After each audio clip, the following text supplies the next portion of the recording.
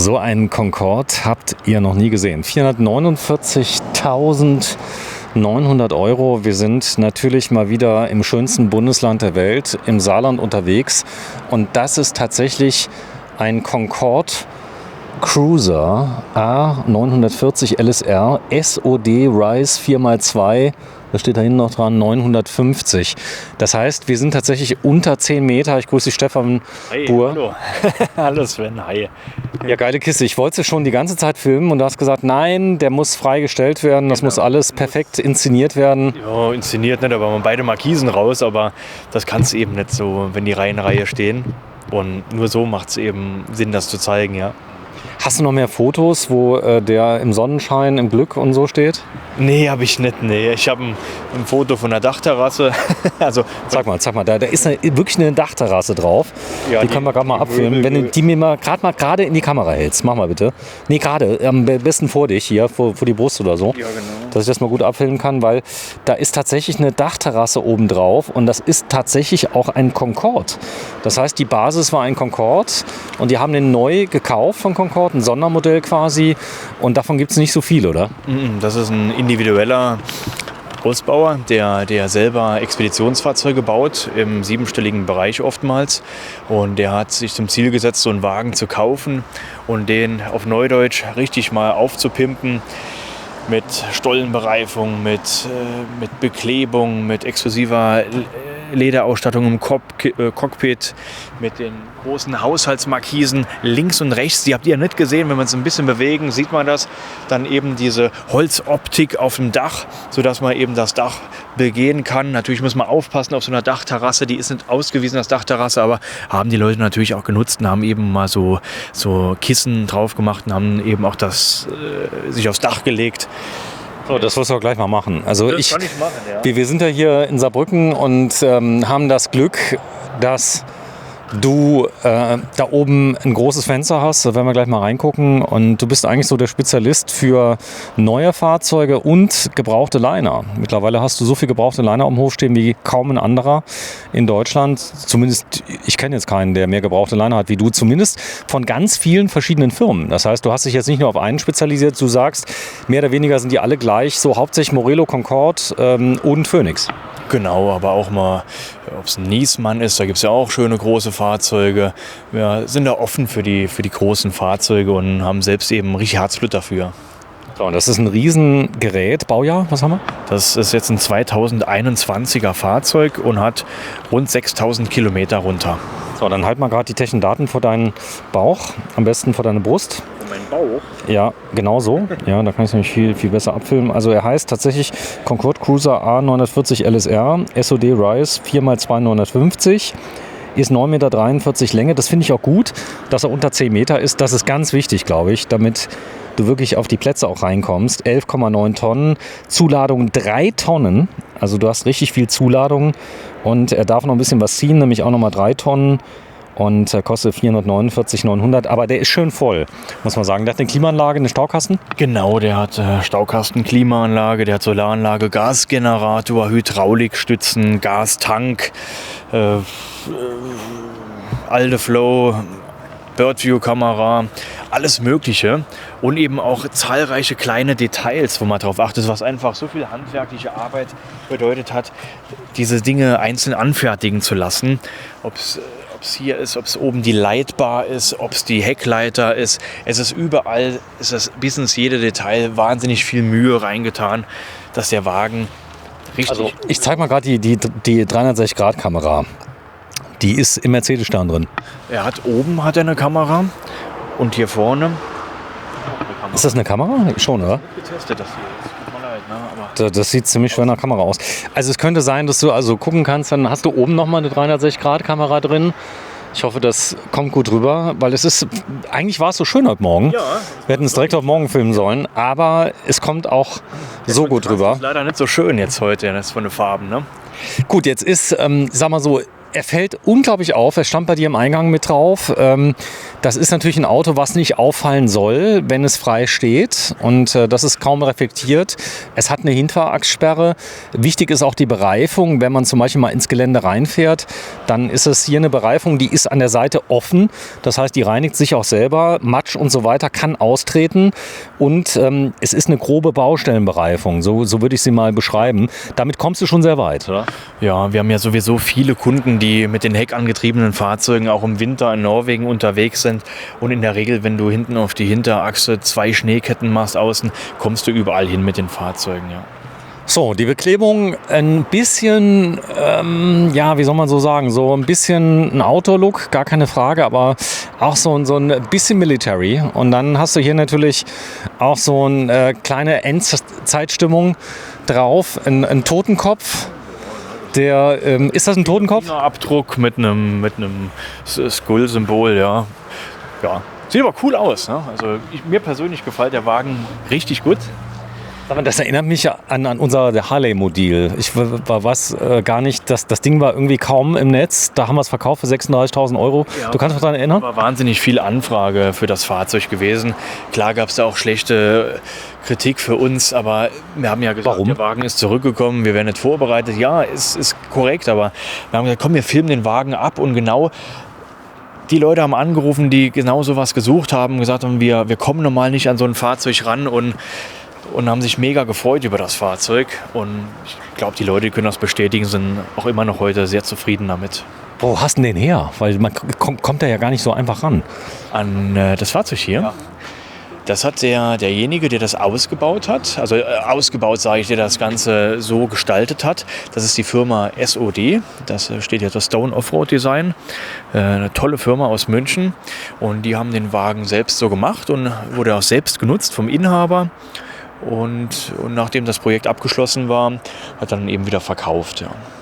So, dann hat er gesagt, ja, ich fahre jetzt hier nach Saarbrücken von München, oder wie kam es? Nee, das ist wie, sagst du so, unter der Hand. Die Branche, die ist klein, und du bist also verrückt genug, dass du sowas kaufst. Der ist quasi nagelneu, der hat 6.000 Kilometer drauf. Ist der schon benutzt worden eigentlich? Der ist tatsächlich benutzt worden, der war sogar in Griechenland gewesen. Drum hat er auch an der Seitenwand links wie rechts Patina. Ein paar Kratzer eben auch hier in der Folie mit drin. Ich weiß nicht, was man mit deiner Kamera so sieht. Also jetzt ganz ehrlich, das nennt man im Outdoor-Bereich, wenn da mal so ein Olivenbaum kam, der vorbeigestriffen ist, nennt man das Patina. Und da ist bei Bimobil zum Beispiel, beim Stefan, gibt es keine Autos, die das nicht haben. Das sind quasi die Lebensrillen eines Baums, wenn man das sieht. Aber es sind keine strukturellen Schäden. Da ist nichts, oder? Schlimm ist es jetzt optisch, die Folie hat. Aber es gehört irgendwie zu dem Wagen dazu. Eigentlich müsste er noch total vermatschte Reifen haben. Ne? Dann wäre es noch authentischer. Weil er hat schon ein sehr, sehr cooles Offroad-Design. Auch wenn er jetzt kein Allrad ist. Aber mit dem kommt man, denke ich, überall hin, wo man normalerweise hin will. Boah, das ist total krank hier mit der Markise auf der Seite. Sowas bist du gar nicht gewohnt. Aber ich kann mir vorstellen, wenn du jetzt in der Wüste stehst, ist windstill, da bist du um jeden Zentimeter Sonne dankbar, Schatten. Das ist natürlich eine total coole Markise. Wenn du siehst, sie ist oben angebracht an der Dachreling mit wahnsinnigen Halterungen. Die ist freitragend, die Markise, so wie es an einem Restaurant auch draußen ist. Das ist eine richtig massive Haushaltsmarkise. Gefällt mir richtig gut. Bossy Strange. Ich bin so froh, dass ich mit der neuen Sony FX30 filme, denn die kann das überhaupt darstellen. Mit der anderen Kamera wird es gar nicht gehen, weil du ein graues Reisemobil hast und im grauen Nebel. Und jetzt wirkt das Ganze so ein bisschen, es könnte auch in Transsilvanien sein hier, wo das Ganze gefilmt wird. Das ist wirklich schade, ne? Nee, es ist gut. Guck mal hier durch. Guck mal. Wenn du gerade mal durch die Kamera guckst, dann kannst du richtig sehen. Ja, das stimmt. Der Himmel ist ein bisschen heller dann. Ist ein bisschen heller, und also wir haben eigentlich einen handelsüblichen Concorde. Der wurde aber so gepimpt. Ich zeige mal gerade ein paar kleine Details. Also hier hast du eine Leiter dran. Und die Reifen sind dabei, die anderen? Genau, das ist die Originalbereifung. Wenn jemand sagt, ich möchte jetzt doch nicht auf den Stollenrädern fahren, das ist die Originalbereifung. Das vorne hier, oder? Genau. Die beiden sind vorne. Das ist jeweils hinten. Da sind vier Reifen sind ja hinten. Genau, das siehst du ja schön am Profil, siehst du es ja. Das sind 3 Hinterreifen, 4 und 2 vorne. Die sind dabei. So. Genau, die gehören dazu. Wir haben sie jetzt mal ausgeladen, dass wir in der Garage sehen, wie viel Platz wir haben. Aber wer die natürlich drauf machen will, wieder kann sie drauf machen. Aber da lasst mal die Stollenreifen drauf auf dem Wagen, würde ich sagen. Ne? Na klar, das ist mit drauf. Ist ja logisch. Aber Also haben die Stollenreifen eigentlich ein Schneesymbol? Ich guck mal gerade, mit Sicherheit. Ja, wir gucken mal. Ja, MS und eben auch noch das Schneesymbol. Also kann man das ganze Jahr überfahren, auch im Winter mit bestem Gewissen. So, das getestet ist er schon. Das heißt, alle Kinderkrankheiten, die es irgendwie mal gab, die sind weg. Und du nennst das Ganze Skull, nennst du, gell? Das heißt also nicht das jetzt mal als Skull. Fingerprint und Skull, keine Ahnung. Das ist cool, denn so du bist ja auch... Als wenn es so hackermäßig wäre, ne? So digitalisierter Totenkopf, ja. So, dann gehen wir aufs Dach drauf. Ich gehe mal rein und dann filme ich das Ganze mal von oben, dass wir das mal drauf haben. Herzlich willkommen. Und das muss ich jetzt irgendwie gucken. Ach so, ich muss ins Büro beim Stefan rein. Der Stefan, du gehst nicht aufs Dach? Doch, natürlich. Ich gehe bei dir ins Büro, ich filme nicht deinen Schreibtisch, okay? Sondern? Was machst du? Ich habe einen Stuhl mit drauf. Ein Stuhl? Ja. Ey, dann mach mal. Ich gehe schon mal hoch. Was für Ideen der immer kommt. Ich muss denn am fetten Donnerstag hier, 16. Februar 2023, muss ich mal wieder herhalten. Aber mal gucken, hier vorne müsste eigentlich das zu sehen sein. Boah, wie geil ist das denn hier? Der Ausblick ist wirklich gut. Muss ich nur irgendwie gucken, dass wir die aufkriegen. Ich gehe mal gerade auf die andere Seite, dann bin ich näher dran. Müssen wir noch die Lampe ausmachen. Mal hier an dem Eribar vorbei. Ah, komm, wir gehen hier vorbei. Geht wirklich mit dem Stuhl da drauf. So. Da ist er. Schon crazy, so ein bisschen. Aber so kennt man ihn ja. Wir sind in Saarbrücken.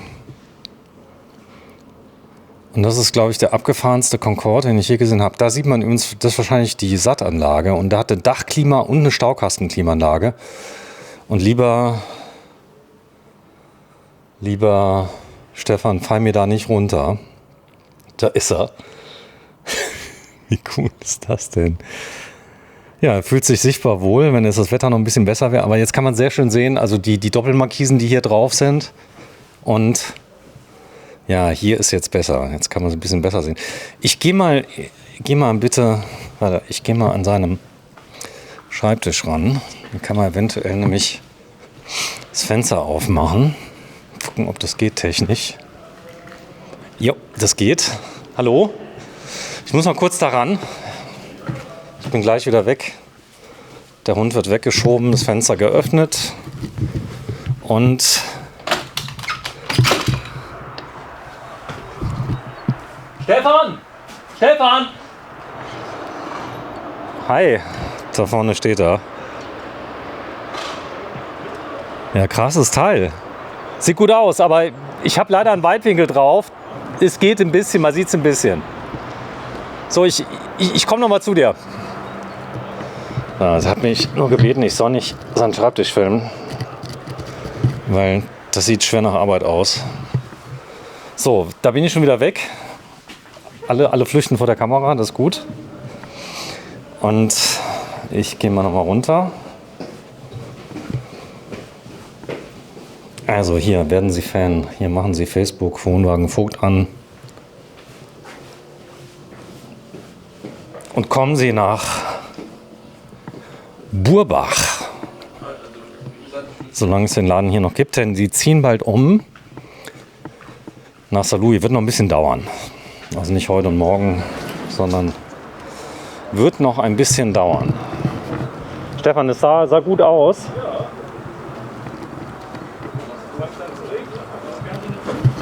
Ich glaube, es fängt richtig an zu regnen. Wir sollten vielleicht vielleicht das Ding nochmal zumachen. Den, Kannst du noch einmal raushalten von dem... das Dach gefilmt, das Dach habe ich gefilmt, ja. Aber ich kann natürlich... Komm, ich halte mal kurz raus, solange es noch auf ist. Das wird nämlich hier nicht zu sehr... Warte. Kann man hier ein bisschen verlängern. Also sieht das Ganze von hier aus. Ein bisschen nach links drehen. Ein bisschen nach rechts drehen. Also Dachterrasse auf dem Concorde. Ja, dann machen wir noch gerade die Öfter mal was Neues. Was sagst du? Die Außenklappen ein wenig. Am besten machst du das Dach vorher mal zu. Ja. Dann können wir die Außenklappen zusammen machen.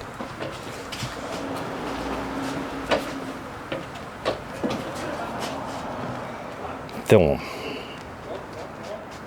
Sind wir auf 10 mm? Ja, sind wir. Also, Hintergrund ist, ich habe eine neue Kamera und die macht jetzt, vielleicht ist das jetzt aufgefallen, 50 Bilder pro Sekunde bei 4K. Und der Dynamikumfang ist ein bisschen besser. Ist besser? Der Dynamikumfang der Kamera. Ich bin den Leuten gerade am Beschreiben, warum das ein Vorteil manchmal ist. Aber Sony hat das vorher nicht entwickelt. Die FX30 ist ganz neu. Was machst du da? Du betest die Klappe an, oder? Sieht noch jemand ausgemacht hat, ne? Ne, es gibt so einen Touchpunkt, wenn sie an ist. Können wir mal gucken. So, angeschaltet. Sehen wir uns mal dagegen. Da ist es. So, es gibt so einen Druckpunkt, gell? Dann geht die auf. Ja, aber wenn der Druckpunkt trotzdem nicht aufmacht, müssen wir wieder an- und ausmachen. Ja, das So. hier kennen wir bereits. Das haben wir schon oft gefilmt. Aber es ist eine Stauenbeleuchtung, ist mit drin. Doppelboden im Fahrzeug. Also wir haben ja hier einen komplett beheizten Doppelboden. Der ist unter allem, da sind auch alle Tanks und alle Elektrik dran. Genau, wie du es richtig beschrieben hast. Wie bei allen Linern, alles im Doppelboden, die schweren Sachen drin, große Wasservorräte. Hol ich mal gleich mal meinen Spickzettel, dann kann ich euch das sagen, wie viel Wasservorräte wir haben. Gerne. So, und ich probiere mal gerade mein Glück, ob ich die Klappe aufkriege. Ja, geht auf. Und es ist eine riesen Garage drin. Und bei 2 Tonnen Zuladung, 2 Tonnen, du stehst noch dazu? Ich stehe dazu, ja. So, also roundabout, plus minus, sagen wir mal so. Also der... Definitiv, ja. Okay, also große Garage. Das wird aber erst dann so richtig sichtbar, wenn du dich mal gerade davor stellst. Dann kann man mal sehen, du bist ja 1,85 Meter. Und da sieht man jetzt auch mal den Sinn von diesen großen Markisen. Denn wir stehen jetzt gerade, es regnet draußen und du hast überhaupt keinen Stress hier. Denn du hast eine riesen Markise auf der Seite und auf der anderen Seite. Und das finde ich natürlich schon sehr praktisch, wenn ich ehrlich bin. Ja, irgendwie schon, ja. Gut, jetzt kommen die Leute wieder direkt und sagen, was passiert, wenn der Wind geht und so weiter. Aber er geht ja gerade im Moment nicht. Also das heißt, die können auch wirklich draußen sein. Die haben keinen Windwächter, weißt du das? Ich muss einmal die Beschreibung nachlesen. Ich glaube schon, dass sie es haben, aber ich will jetzt nichts Falsches versprechen. Aber in der Regel haben diese großen Markisen das. Und Die haben normal so einen Bewegungssensor. Wenn die also stark wackeln oder irgendwas reinkommt, dann schalten die automatisch dann ab. Hier ist noch ein Reifen drin, das ist wahrscheinlich das Ersatzrad. Das wird so gelagert hier mit drin. Das ist schon ein richtig stabiles Auto. Da ist ein LKW drunter und zwar nicht irgendeiner, sondern ein Artego. ein richtiger Artego ist hier drunter, genau. Und wir haben 300 PS, wir haben 7,7 Liter, 12 Tonner Chassis. Also von dem her, Zuladung ist definitiv so wie beschrieben. So, also das ist ordentlich. Dann Victron Energy ist hier mit eingebaut, unter anderem. Laderegler. Könnte auch eine Mastervolt drin sein. Üblicherweise ist eine Mastervolt drin und die Victron ist meistens so Solar und so. Genau, das ist ein Solarregler, das hier. So, gucken wir mal. Ah ja, Solar ist drauf. Sogar 3 Stück. Wir haben insgesamt drauf 4 Platten mit einer Kapazität von 180 Watt Peak. 180 Watt. 4 mal 180. 480, also rund 1 Kilowatt.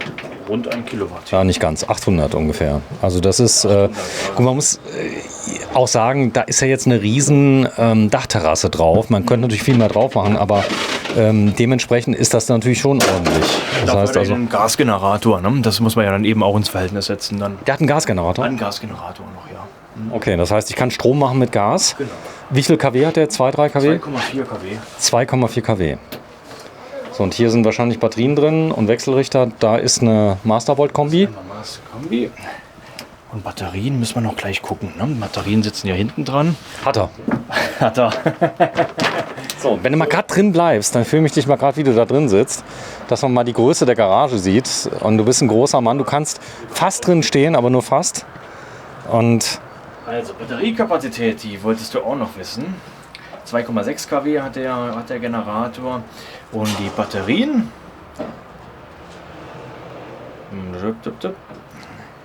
Suche ich dir gleich raus. Frischwasser war ich noch schuldig, 400 Liter Frischwasser.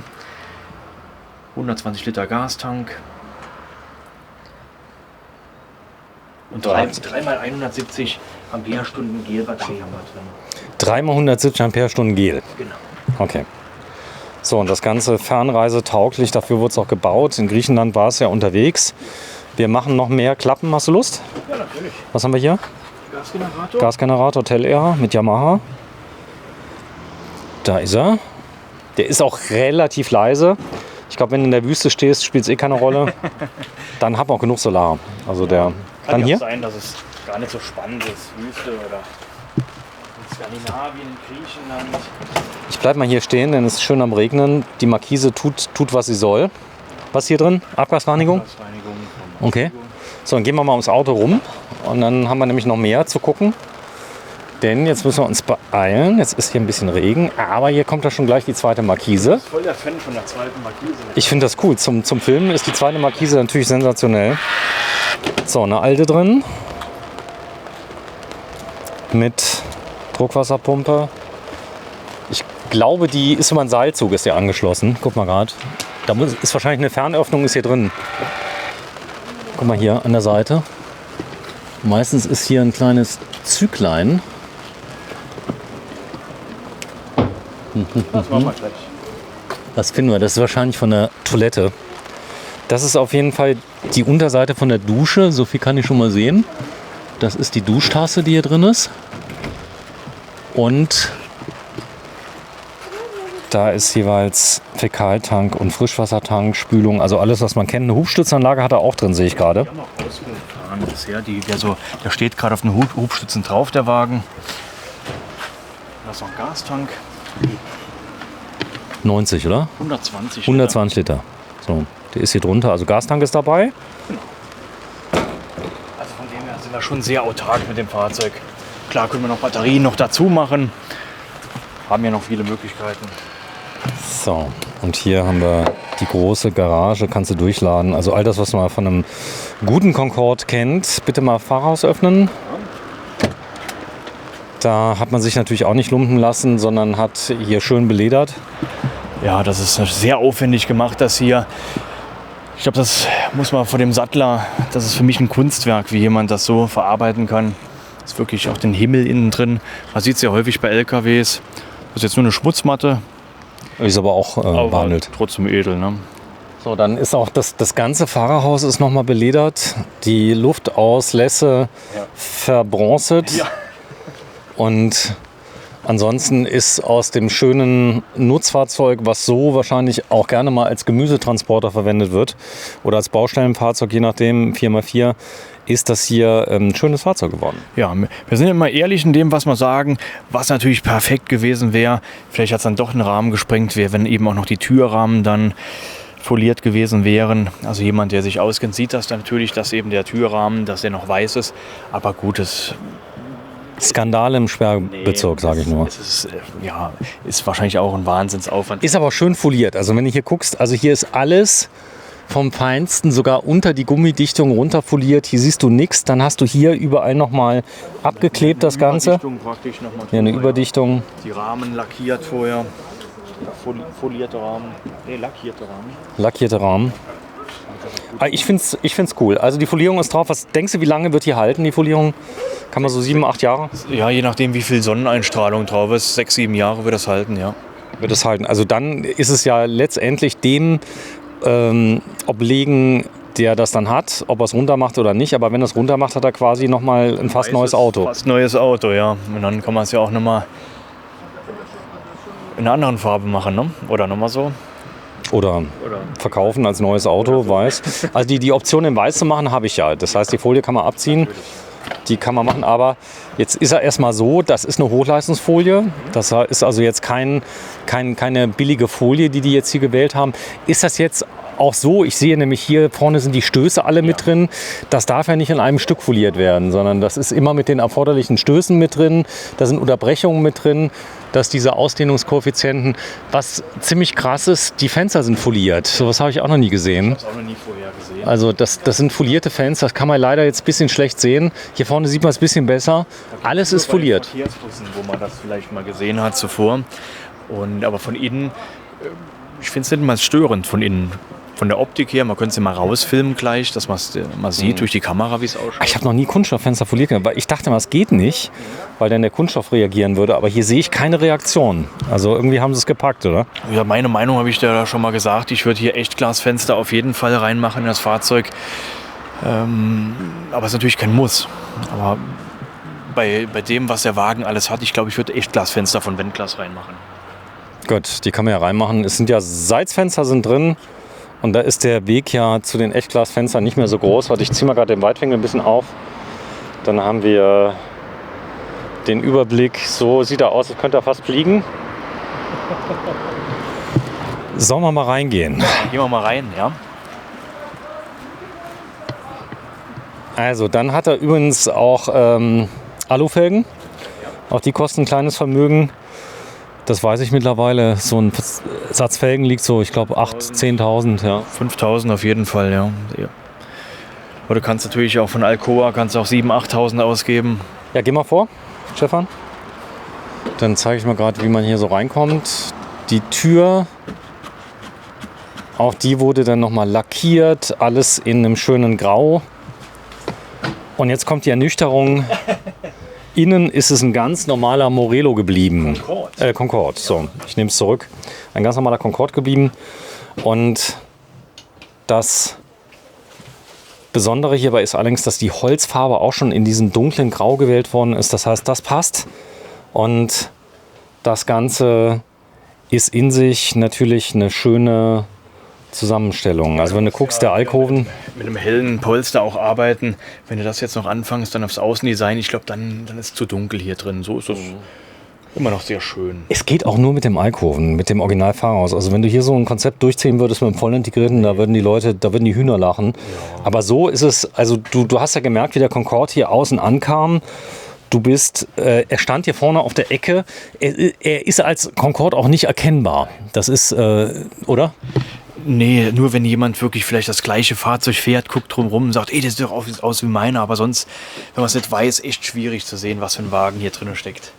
So, und wir können ja mal kurz hier rüber gucken. Da sieht man, also da hinten ist die große Spielwiese, mit der man sich dann als Eigner dann in der Sahara dann vergnügen kann. Ich sitze gerade hier in einer wunderschönen Sitzgruppe drin. Wir haben hier eine Face-to-Face Sitzgruppe gegenüberliegen und die kann man noch umbauen zu einer ganz großen Sitzgruppe. Genau. Und da ist dann hier das Fahrerhaus auf der Seite mit Durchstieg und einem großen Alkovenbett. Das heißt also für 4 Personen.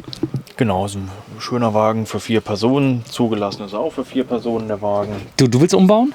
Ich kann das machen. Komm, dann baut mal um. Geh mal durch, dass man wieder sieht. So, das ist der Durchgang zum Fahrerhaus. Also da kann der... Für rein und rauszukommen. Hier sieht man vielleicht von der Perspektive, sieht auch schön aus, das Fahrerhaus. Da komme ich mal rein und dann baue ich es mal um.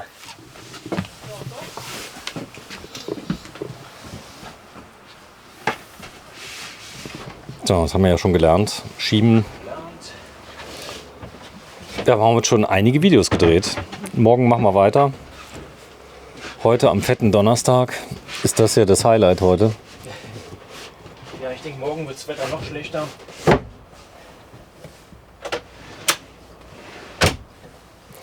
So, du darfst dich nicht zu sehr beugen. Wieso? Weil sonst sieht man dein Fernfahrer-Dekolleté. Nein, im Leben nicht, oder? Nee, ich habe weggehalten. Also man konnte es nicht sehen, aber... Da bekomme ich nochmal liebe Grüße an Günther. Ne? Weiß, wen ich meine. Er lacht sich immer tot, wenn das der Fall ist. Ne? Ich habe weggehalten. Also ich habe mich bemüht. Ich bin eigentlich sehr weitwinklig. So, spult bitte nicht zurück. Also dann... Das ist ein Schönes Auto. Jetzt mal, der stand jetzt eine gewisse Zeit, die haben gesagt, also wenn wir das Video machen, muss es gut sein. Ich glaube, vor 3 Wochen hast du ihn bekommen etwa. Genau. Und ihr habt ihn jetzt aufgearbeitet. Und ich wollte ihn vor 3 Wochen schon filmen, da hast du gesagt. Ich glaube, ich kam an dem Tag, als er reinkam, vor 3 Wochen. Ja. Da hast du gesagt, wir müssen erstmal Grundcheck machen. Du würdest ihn auch gerne mal, ich sag mal, fix und fertig erstmal aufbereiten. Er war nicht aufbereitet am Anfang. Ja, aber der war trotzdem gut. Der hat ja 6000 Kilometer, der war wie neu. Nur es ging hauptsächlich darum, wenn man den Wagen hier frei stehen hat und wenn wir hier Hochbetrieb haben und alle Auslieferungen sind jetzt heute durch. Wir haben jetzt Platz im Hof und das bringt nichts, das zu erklären, dass es 2 Markisen gibt. Das kann man sich ja gar nicht vorstellen. Und so steht der Wagen jetzt schön hier. Leider kein Sonnenschein, aber das ist eben so. Man hat ja auch nicht immer nur Sonne. Okay, so, jetzt muss ich 3 Wochen warten, weil ich hätte es gerne schon im Januar gefilmt, wenn ich ehrlich bin. Du hast gesehen, wie oft ich gedrängt habe. Ja, das stimmt, ja. War es ein geiler Concorde. Also es ist Ja, eben richtig schöner Wagen, edler Wagen. Ja, auch nicht zu luxuriös. Es passt irgendwie alles miteinander zusammen. Super schöner Wagen.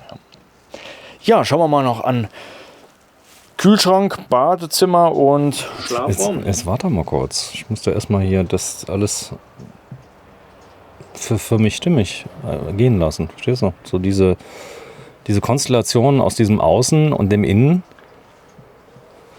die machen das im Moment erstmal nicht, oder? Das heißt, das ist eines der wenigen Fahrzeuge, die sie erstmal umgebaut haben. Wir haben so viele Aufträge für die Expeditionsfahrzeuge, sowohl als Unimog als auch auf Aroc-Chassis, dass die sich gar nicht mehr retten können und haben sich darauf komplett fokussiert, das weiterzumachen momentan. Also Jena Soundsystem ist mit drin. Wir kommen gleich zum Kühlschrank, ganz, ganz sicher. Ich habe ich muss nur gerade einmal das Konzept nochmal. Das heißt, du kannst mit 4 Leuten in Urlaub fahren, also oder eine Familie mit 2 Kindern würde gehen. Ja, du kannst dafür ist es natürlich perfekt, zu 4. Urlaub zu fahren. Oder eben, ja, du sagst eben, ich möchte trotzdem Alkoven, habe vorne den Stauraum, aber ist schon eigentlich sinnvoll, zu 4 zu fahren. So, also man braucht die Leiter nicht zwingen, das weiß ich. Also wenn hier das Mittelpolster drin ist, dann geht das. Dann hast du hier diese wunderschönen Jalousien mit drin, die immer wieder erwähnt sind von Concorde. Und finde ich ja gut, dass du mal die Initiative jetzt ergriffen hast, gesagt hast, komm, wir gehen mal zum Kühlschrank. Ja, du hast so eine schwere Hand und leidest die ganze Zeit in einer schweren Kamera. Da habe ich gedacht, komm, mal ein bisschen Bewegung hier rein. Das sind übrigens, es sieht aus wie echtes Holz, ist es wahrscheinlich nicht, aber es ist wirklich schön, weil das den Raum nicht so dunkel macht. Was mir auffällt ist, dass die Folierung, du hast es eben noch kurz erwähnt, das ist wirklich nicht so störend, wie man das glaubt, sondern du kannst eigentlich ganz normal durchgucken. Und das hätte ich mir anders vorgestellt. Also, dass es so gut ist, hätte ich nicht gedacht, oder? Also die Jungs haben mir viele gute Ideen an das Fahrzeug gebracht und mit viel Herzblut investiert. Das ist echt ein richtig tolles Einzelstück. So, du hast den und keinen anderen. Ja. So, also wenn der weg ist, ist er weg. Also weg, ja. 449, 900. Ist die Steuer ausweisbar? Ja, ist ausweisbar, ja. So, und die Garantie, Gewährleistung, wie lange? Der hatte noch Werksgarantie, der ist erst zugelassen bis in den Sommer und also bis August ist er noch Werksgarantie und danach sind wir natürlich dafür da, ja. Gut, das heißt also, du gibst 1 Jahr Garantie und bis zum Ende der Werksgarantie, bis August hat er noch Werksgarantie. Genau. Das heißt, da könnte ich jetzt zu Concorde fahren und sagen, hier, da geht der Lüfter nicht oder keine Ahnung, wenn mal irgendwas sein sollte. Geht irgendwas nicht hier an dem Auto? Noch nicht bekannt, nee.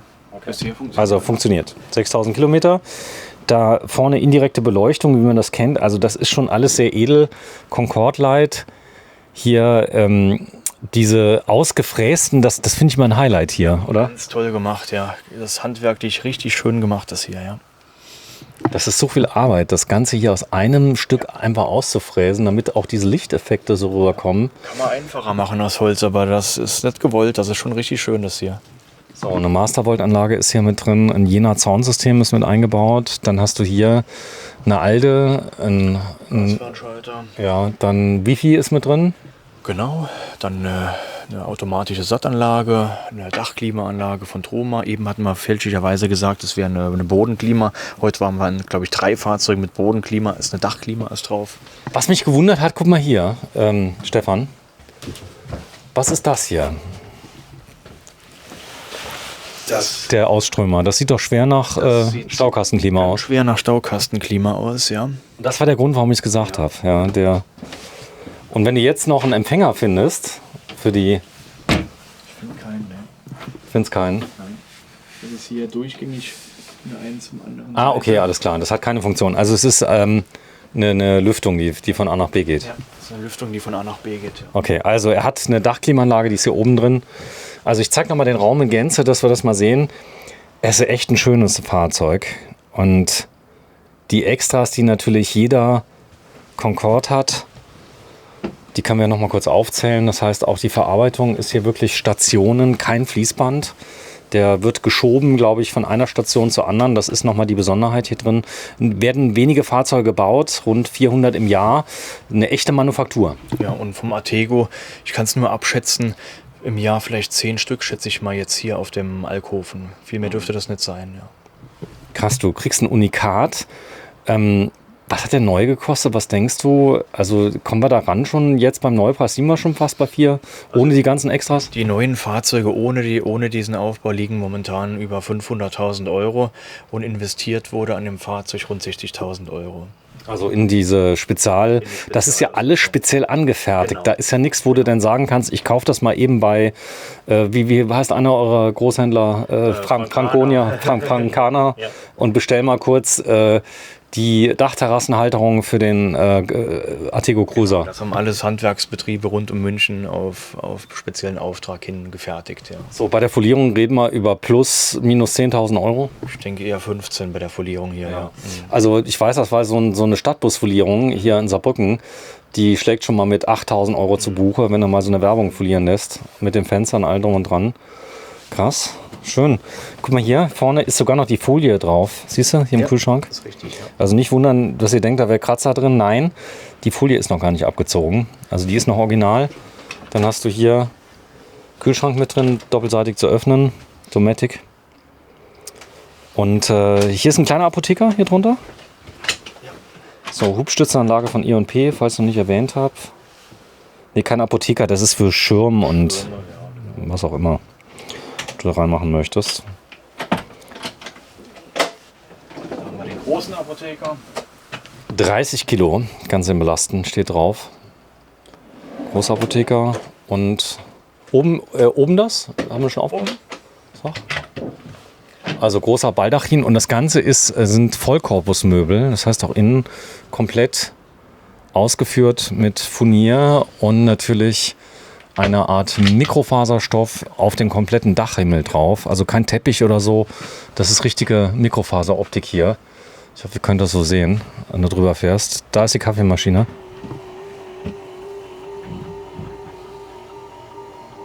Genau, der Platz zumindest für die Kaffeemaschine. Und da hat so einen schönen Platz dann. Ansonsten in der Küche ist er jetzt relativ spartanisch ausgestattet. Findest du? Ja, ich Also hat ein Kochfeld, hat eine Spüle, eine Doppelspüle. Du weißt ja, ich bin so Fan von der Spülmaschine. Gut, aber bei der Zuladung ist kein Thema. Das heißt, die Spülmaschinen, die können wir hier unten einbauen. Können Ne? wir hier in die Schubladen einbauen. Können wir jederzeit nachträglich machen. Was schön ist auch, sind eben jetzt Ceran-Kochfelder, wobei ich bei dem Grundriss hier das nicht machen würde, weil der Abstand nachher, der ist zu kurz. Also da würde ich hier bei dem Gaskochfeld ganz normal. Also ich bin großer Fan von dem Gaskochfeld, weil einfach es funktioniert. Klar, so ein Ceran ist viel cooler, aber es ist ja auch ein Fahrzeug, mit dem du dann wirklich auch mal, ich sag mal, auf dem Feldweg fährst und so, und dann passt das ja von der Optik auch. Also muss ja nicht immer das stimmt, ja, das stimmt. Aber ich bin sehr zufrieden mit dem Gas-Ceran-Kochfeld und das funktioniert auch prima, super sauber zu machen. Du willst nur die Nachrüstung verkaufen, gib's doch zu. Also die Spülmaschine, alles, was du so erzählst, das ist ja ein Must-Have. Aber das sind feine Sachen. Die Waschmaschine baut ihr auch öfter ein? Ja, nicht öfters, aber hier und da schon mal, ja. In der Regel dann Waschtrocknergeräte sogar dann. Große. Nee, so dass es immer noch reinpasst. Ich weiß nicht, ob du die schon kennst, von Tiny Wash zum Beispiel, Gerät. Meistens so die Größenordnung, ja. Cool. Ja, ich kriege ja demnächst ein Auto und dann darfst du dich mal profilieren. Ja. Nicht, dass der Kollege aus Osnabrück immer viel macht, sondern warum denn so weit fahren, wenn ich doch hier im Saarland alles kriege? Das ist übrigens eine Rechenaufgabe. Ja. Ich zeige das mal gerade, wenn du es gerade noch mal umdrehst, du hast gerade eben was probiert, hat der nicht funktioniert? Im ersten Versuch noch nicht, weil ich noch falsch bin. Ja. Du hast angelegt und hast gedreht und dann ging's. Ja. Da ist nämlich so ein kleiner Ablaufrinne drin, damit das Wasser auch nicht runterlaufen kann. Ja. Also gedacht ist das zum Abtropfen zum Beispiel. Aber schön, ne? Drehst im Kreis, denkst, das passt, ne? Aber es geht nur so rum. So, und dann jede Menge Stauraum, Schubladen und so weiter. Komm, wir gehen mal ins Badezimmer. Ja. Linke Seite ist ein großer Spiegelschrank mit einem Waschbecken und alles ist rund jetzt diesmal. Das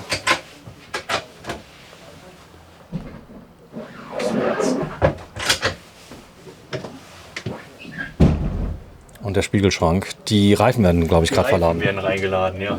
Gut, dass wir auf den Hydraulikstützen stehen, weil so ein LKW-Reifen ist sehr schwer. Ne? Die habt ihr mit 3 Leuten, glaube ich, reingeladen, die da sind. Also Reifen sind dabei, zweiter Satz.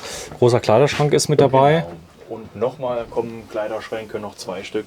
Also Kleiderschränke haben wir genügend. Jetzt machen wir noch die Schiebetür.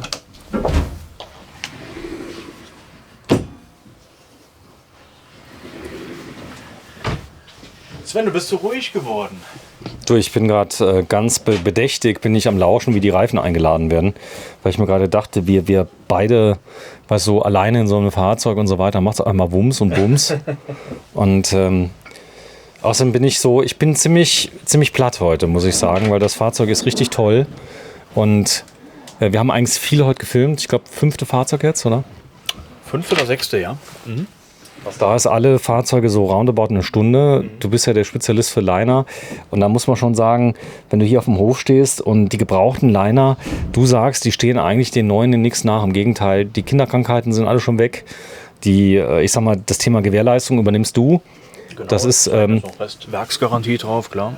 jetzt bei dem hier. Aber ansonsten, wenn irgendwas ist, man kann auch zu dir kommen. Also du hast viel Erfahrung mit großen Fahrzeugen, hast 3 Meister angestellt, seit über 70 Leute. Genau, ist korrekt. Also mit den Teilzeitkräften, die uns auch mal helfen. In der Hochsaison sind mal 70 Leute. Ansonsten fix immer zwischen 60 und 65.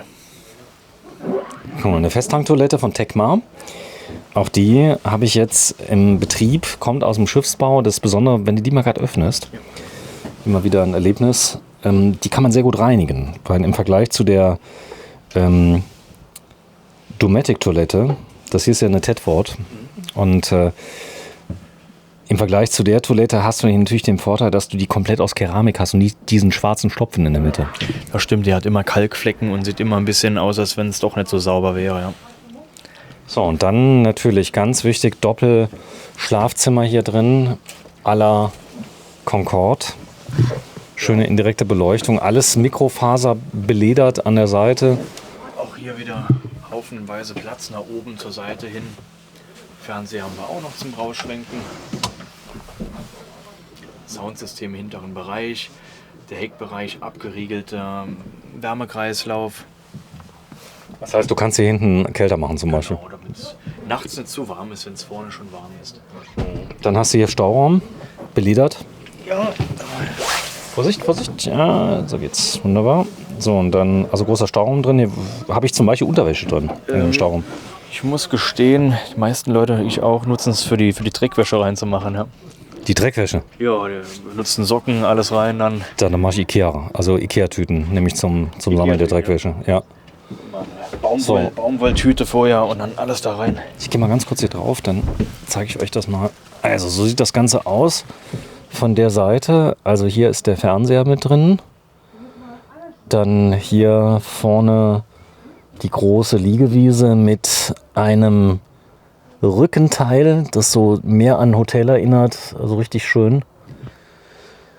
Und den beiden großen Kleiderschränken auf jeder Seite nochmal ein Kleiderschrank mit drin. Und das können wir uns jetzt mal anschauen. Großer Kleiderschrank hatte ich moderiert. Ja, Was, kurz weg? Kleiderschränke, ja. Eigentlich 3 sogar. Ich bin motiviert. Ist nicht so, das ist nur, weißt du, wenn du jetzt hier stehst und du bist quasi vor deinem Lieblingsstück, was du seit Wochen filmen willst, du mir das immer vorenthalten hast und jetzt ist es soweit, das kennst du ja, dann bist du auch irgendwann mal froh. Heute letztes Video, würde ich sagen. Und wir machen morgen weiter. Wann geht's los? Um 9? Ja, um 9 geht's los und wir starten, ja, gegen 9 starten wir. Ja. Gegen 9 können wir starten. Also um 9:30 komme ich mal vorbei. Okay. So, dass wir morgen noch ein paar gefilmt kriegen. Geh mal ruhig mal ein Stück vor, dann kann ich mal hier reinfilmen. Hier ist nochmal dann Badezimmer. Auf der rechten Seite haben wir schon gesehen. Also hier ist weiterer Kleiderschrank plus das Waschbecken. Linke Seite eine große Dusche Auch die ist von der Raumhöhe her wirklich groß. Geht noch ein bisschen tiefer fast noch rein. Stefan geht mal rein. Man duscht ja immer mit Strümpfen. Und also hier können auch Leute, die 2 Meter sind, duschen. Das geht. Also große Dusche und ja, sonst eine kompakte Länge. Eigentlich das gilt zu erwähnen, dass du hier also kein Fahrzeug hast mit 10,50 Meter, 11,50 Meter, sondern 9,50 Meter, glaube ich. Ja, und man muss dann zusagen, die meisten Leute in der Größe mit den Fahrzeugen ziehen alle noch Hänger mit Fahrzeugen dabei. Das steht hier, 3 Tonnen, habe ich gesehen. Ja. Und hast du trotzdem aber einen ganz anderen Radius, wenn du irgendwo einlenkst, dann als mit einem 11 Meter Fahrzeug. Auch die Handlichkeit auch wenn du mit dem Hänger trotzdem länger bist, ja. Ja, du selbst, du fährst ja schon lange LKW. Ich glaube, du kannst ein Lied davon singen, wenn du nicht mehr, du kommst nicht mehr auf dem Wendehammer rum. Genau, das ist so das Problem. Und du merkst eben so im Stadtverkehr kommst du auch an deine Grenzen, wenn die Schleppkurve zu eng ist. Und dann ist schon manchmal so ein Rechtsabbiegen schon sehr, sehr schwierig dann, ja. Gut, es gibt ja die mitlenkende Hinterachse. Ne? Ja. Genau. Gibt ja für alles eine Lösung. Sag mal, ist hier vorne noch ist da vorne noch eine Stauraummöglichkeit hier drin? Kann man die rausziehen? Weißt du das? Dann machen wir das mal alles zu und da haben dazu? wir noch ein Loch. So, da ist noch ein Loch drin, Serviceklappe. Also hier oben kommt man noch ran. Da sind jetzt Gasabsperrhähne sind jetzt hier montiert. Okay, also da kommst du direkt nicht ran. Nicht ran. Okay. Dort, wo du drauf sitzt, da ja. Da hatten wir ja heute das Beispiel, wo der liebe Kunde sich den Kleiderschrank den Schuhschrank reingebaut hat. Aber hier kommst du bis in den Doppelboden rein dann. Ah, das heißt, man könnte ja auch hier Getränke reinmachen und von oben dran. Vorne eben nur eine Schublade. Mhm. Stefan. Ja, Sven.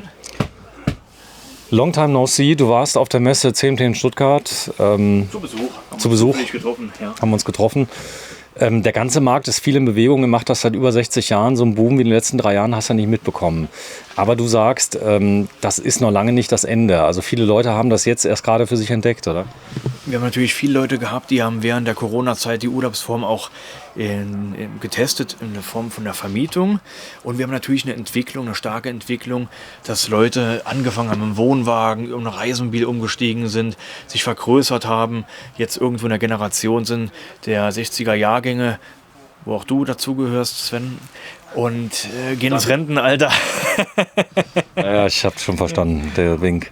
Und von dem her, das sind die geburtenstarksten Jahrgänge, die es in Deutschland gab. Und von dem her ist eine wahnsinnig große Nachfrage immer noch nach den Fahrzeugen. Ja. Gut, es war auch die Zeit der freien Liebe, hat mir meine Mutter erzählt. Also es war damals, ja, ich will da jetzt nicht zu sehr drauf eingehen, aber warum geburtenstark? Also da. Gut, du bist ja in einem anderen Land geboren, ne? Nee, ich bin in Deutschland geboren. Deutschland geboren mit, glaube ich, einem halben Jahr rüber nach Amerika und da war ich ein paar Jahre und dann kam ich auch wieder zurück. Ich dachte, du wärst 69 Flower Power, wärst du gewesen. Ich kann sein, dass ich gezeugt wurde in Amerika, aber so genau, also die ich sag mal, Übermittlungen, die sind da ungenau, sagen wir es mal so. So mal zurück zu deiner Frage, ja. Es sind turbulente Zeiten. Wir haben nach wie vor nicht viele Neufahrzeuge auf den Höfen.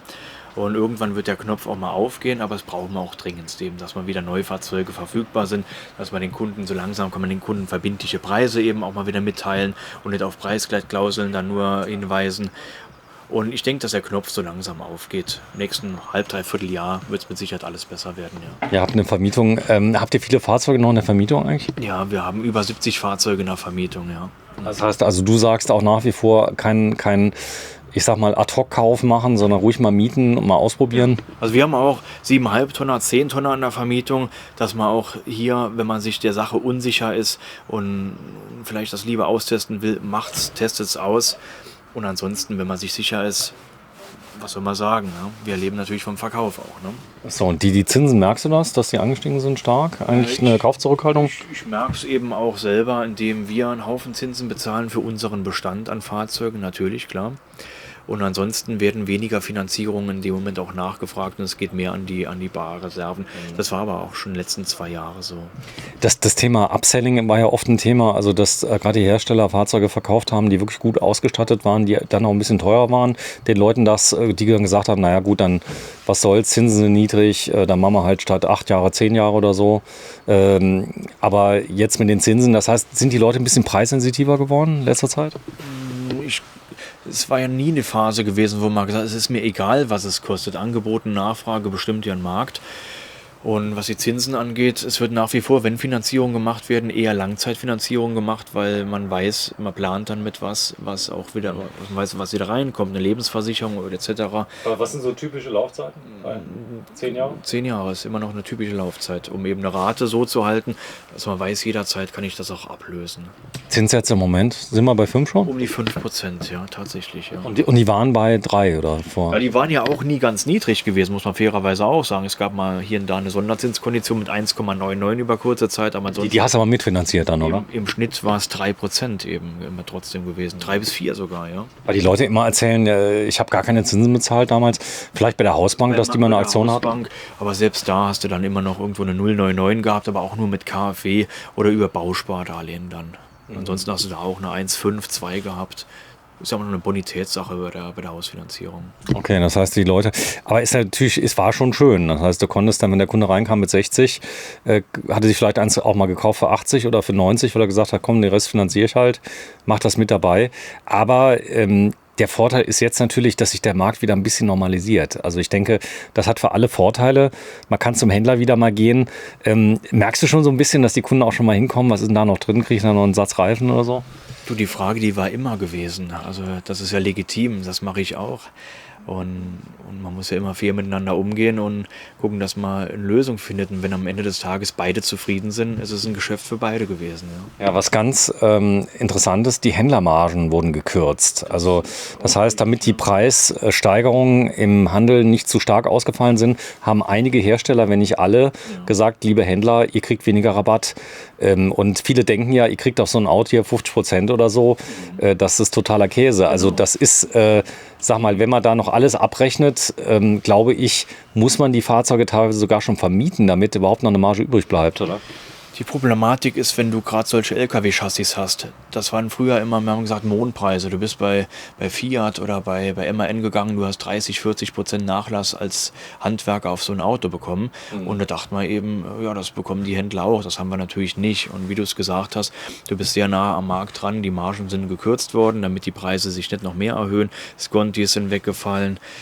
Bonis sind weggefallen. Ich will jetzt nicht jammern, aber es geht mir mehr darum, so, wenn jetzt vielleicht die Kunden gesehen haben, früher, da konnte man mal verhandeln über 10, 12, 13% Nachlass. Unmöglich. Das geht gar nicht mehr, oder? Unmöglich. Das glaube ich, dass es, wenn das jemand macht, dann hat er, glaube ich, finanzielle Probleme, ja.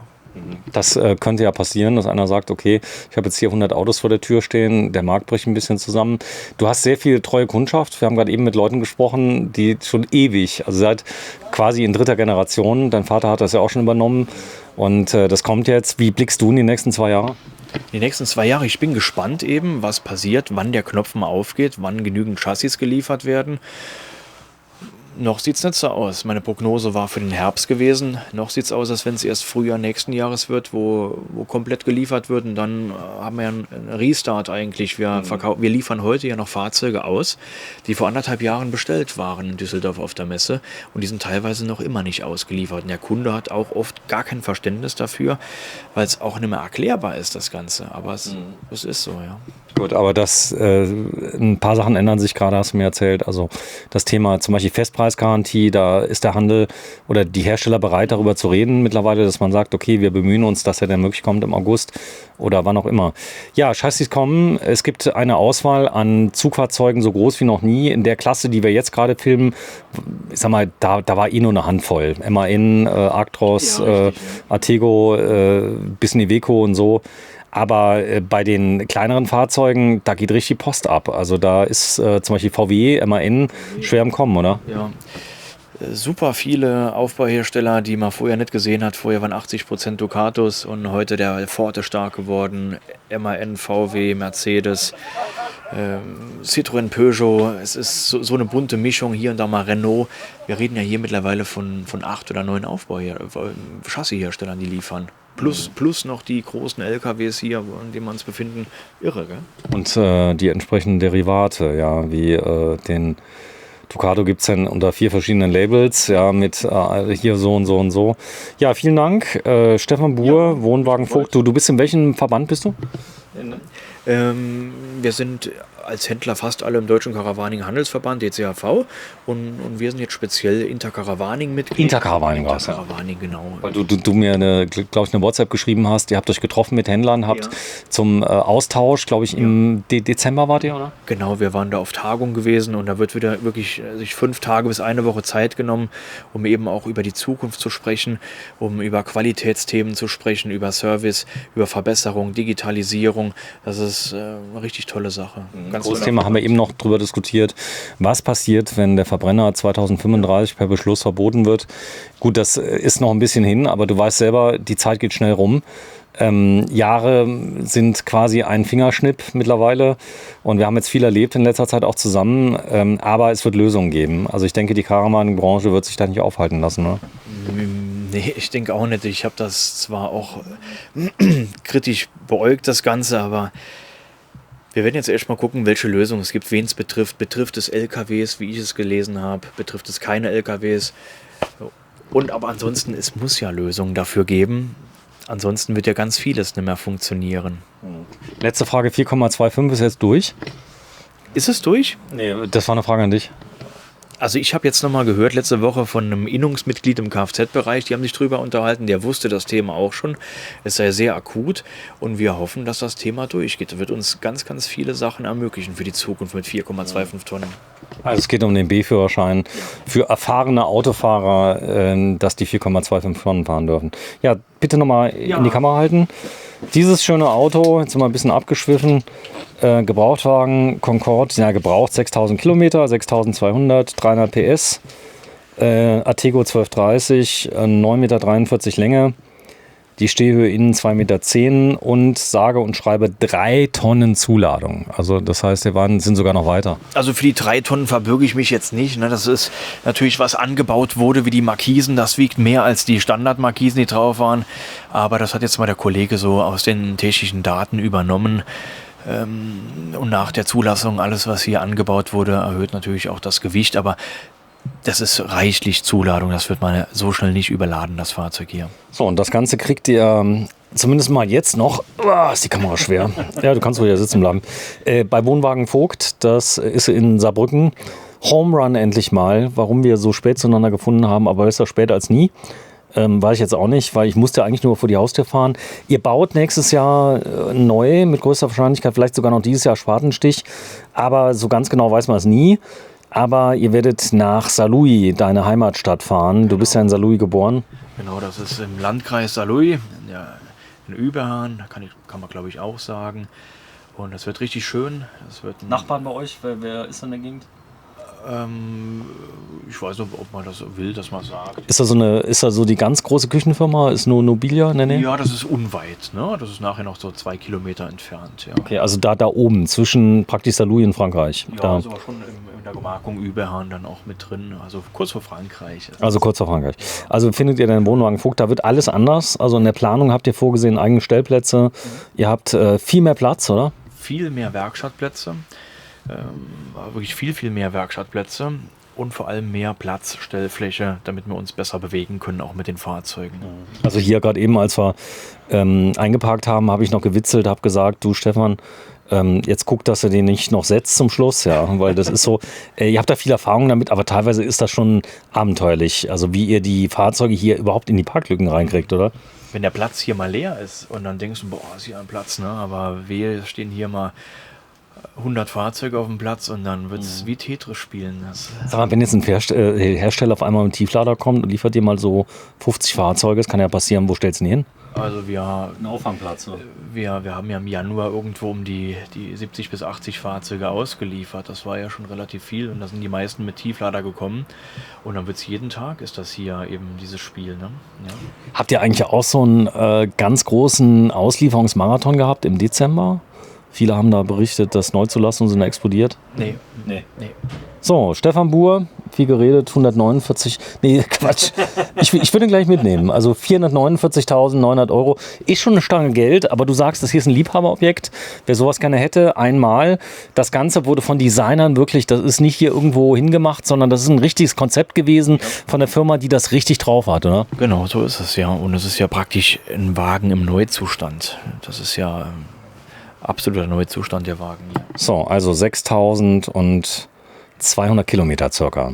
Vielen Dank fürs Einschalten. Tschüss. Und schreibt mal in die Kommentare, wie ihr das Ding findet. Ja, da gibt es bestimmt wieder kontroverse Diskussionen. Ich bin mal gespannt, aber ich finde es ein cooler Ansatz. Und das mit dem Morelo nehme ich natürlich nochmal zurück, ja, was mir mittendrin passiert ist. Aber ich muss sagen, wir haben heute kunterbunt gefilmt. Aber wenn du hier reinguckst, das sind, also eigentlich, wenn du dich auskennst, ein typischer Concorde. Warum der Fauxpas passiert ist, war keine Absicht. Wie sagst du immer, abonniert den Kanal, ne? Also abonniert German Television. Tschüss.